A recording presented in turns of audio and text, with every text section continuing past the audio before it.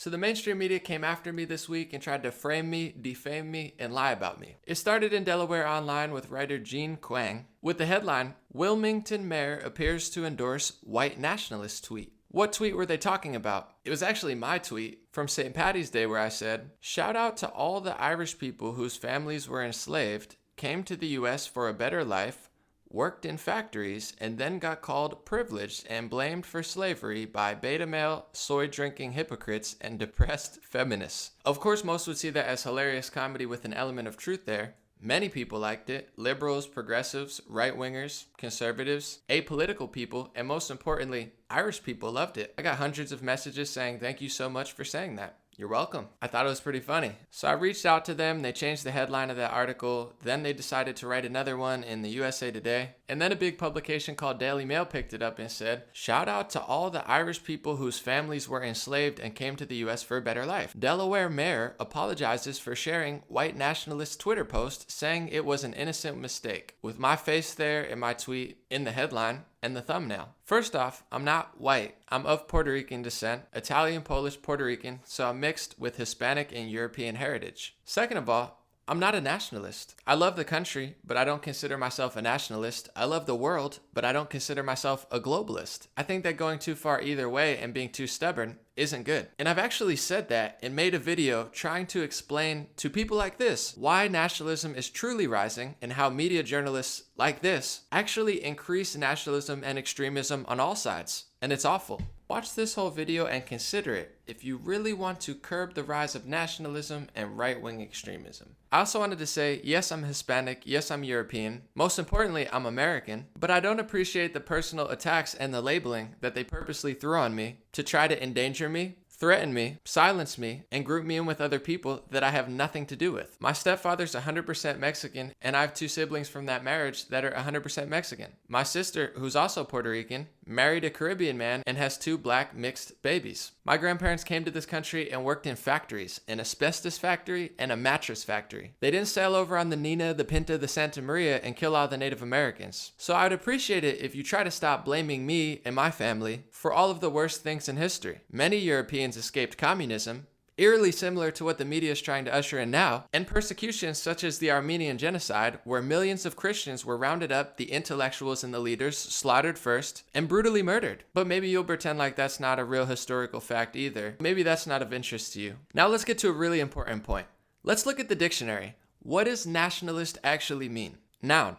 A person who strongly identifies with their own nation and vigorously supports its interests, especially to the exclusion or detriment of the interests of other nations. According to that definition, it's somebody who just puts their country first. It doesn't mean supremacist or extremist or psychopathic white person who wants to create an ethno-state and kick all other races out. That's not what nationalist actually means. The media's been lying about it and rebranding it to mean white supremacist and white ethno-state, when according to the dictionary, it actually has nothing to do with that. And if they're truly concerned about nationalism, which they're not, they just use it like they use a lot of things to push a very evil agenda, then why are they not concerned about the tens of millions of black, Hispanic, Asian, and Indian nationalists in this country? Because they don't actually care about nationalism. The truth is, the mainstream media is legitimately racist, and they have this creepy, weird authoritarian problem where they want to persecute you for having different peaceful, loving, and honestly intellectual ideas that they don't share. It's truly gross and disturbing. Now let's look at the term white, belonging to or denoting a human group having light-colored skin, chiefly used of peoples of European extraction. It's a very broad term. There's people with lighter skin than me who claim that they're black. There's also other light-skinned ethnicities who say that they're not white.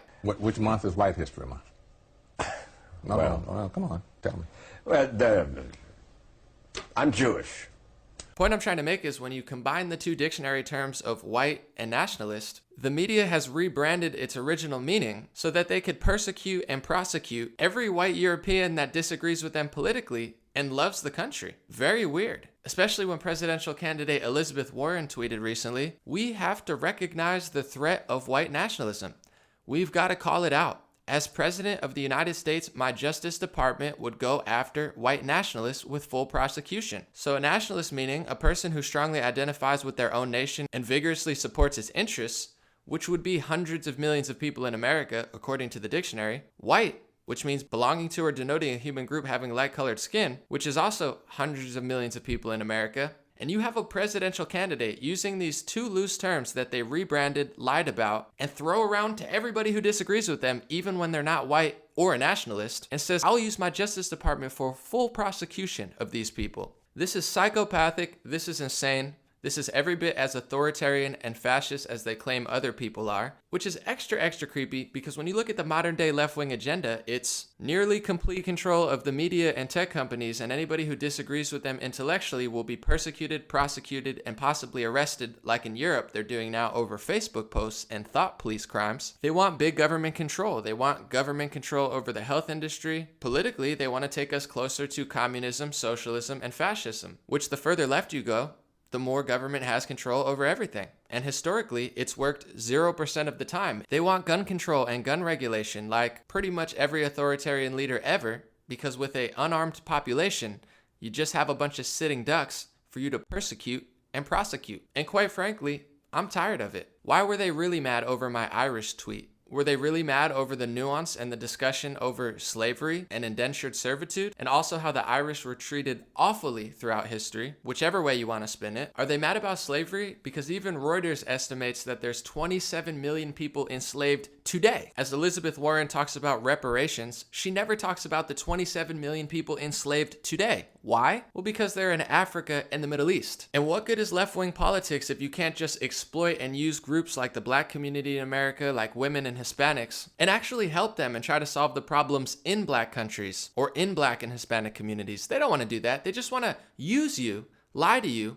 frame history in a certain way, persecute and prosecute you if you disagree or want to have a discussion about it, and then ignore 27 million people enslaved because they're not actually trying to stop slavery. They're not trying to stop fascism. They're not trying to stop authoritarianism. If you really take a step back and look at the agenda of mainstream media, of the tech companies that are all but completely left, the entertainment industry, you name it, they're ushering in every awful authoritarian, racist, sexist, fascist ideology that they claim to be fighting. So keep lying about me in the press. Everyone seems to be doing it this week. I'm a hip-hop artist with songs produced by Grammy award-winning producers. I have a song called Come Together about the left and the right coming together with a platinum rock group that nobody seems to want to cover in the media. I'm a news analyst with no manager, major backing, editing team. It's all me by myself here. 250 million views. Trying to unite the country.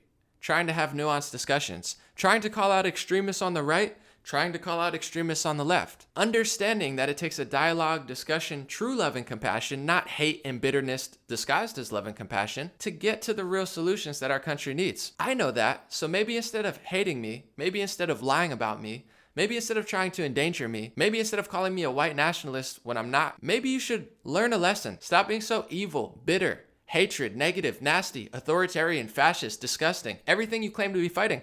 Take a break. Watch some of my videos. Try to figure out why not only right-wing groups share my posts, but everybody shares my posts. It's not a white nationalist tweet. It's my tweet that's well loved by millions of people. It literally reached millions last week. Everybody. Why is my poetry on Occupy democracy? Does that sound right-wing to you? How come I have socialists and communists, progressives, independents, grandmas, black, white, Hispanic, everybody tuned in considering what I'm saying? How come you haven't written about one of my 50 or 60 million view videos like how to stop racism, why nationalism's on the rise, and how to curb true right-wing extremism? Dozens of videos and perspectives I have that you could easily share and try to de-escalate both sides and truly curb extremism. Or you could hire me as a writer, because to be quite frank, I'm a better writer than pretty much your entire roster on all these mainstream media outlets. And I have a bigger following than most millionaire news hosts on television. But it's all good. Do what you have to do, and I'll do what I have to do. I'll still pray for you. I'll still wish you peace, love, and prosperity.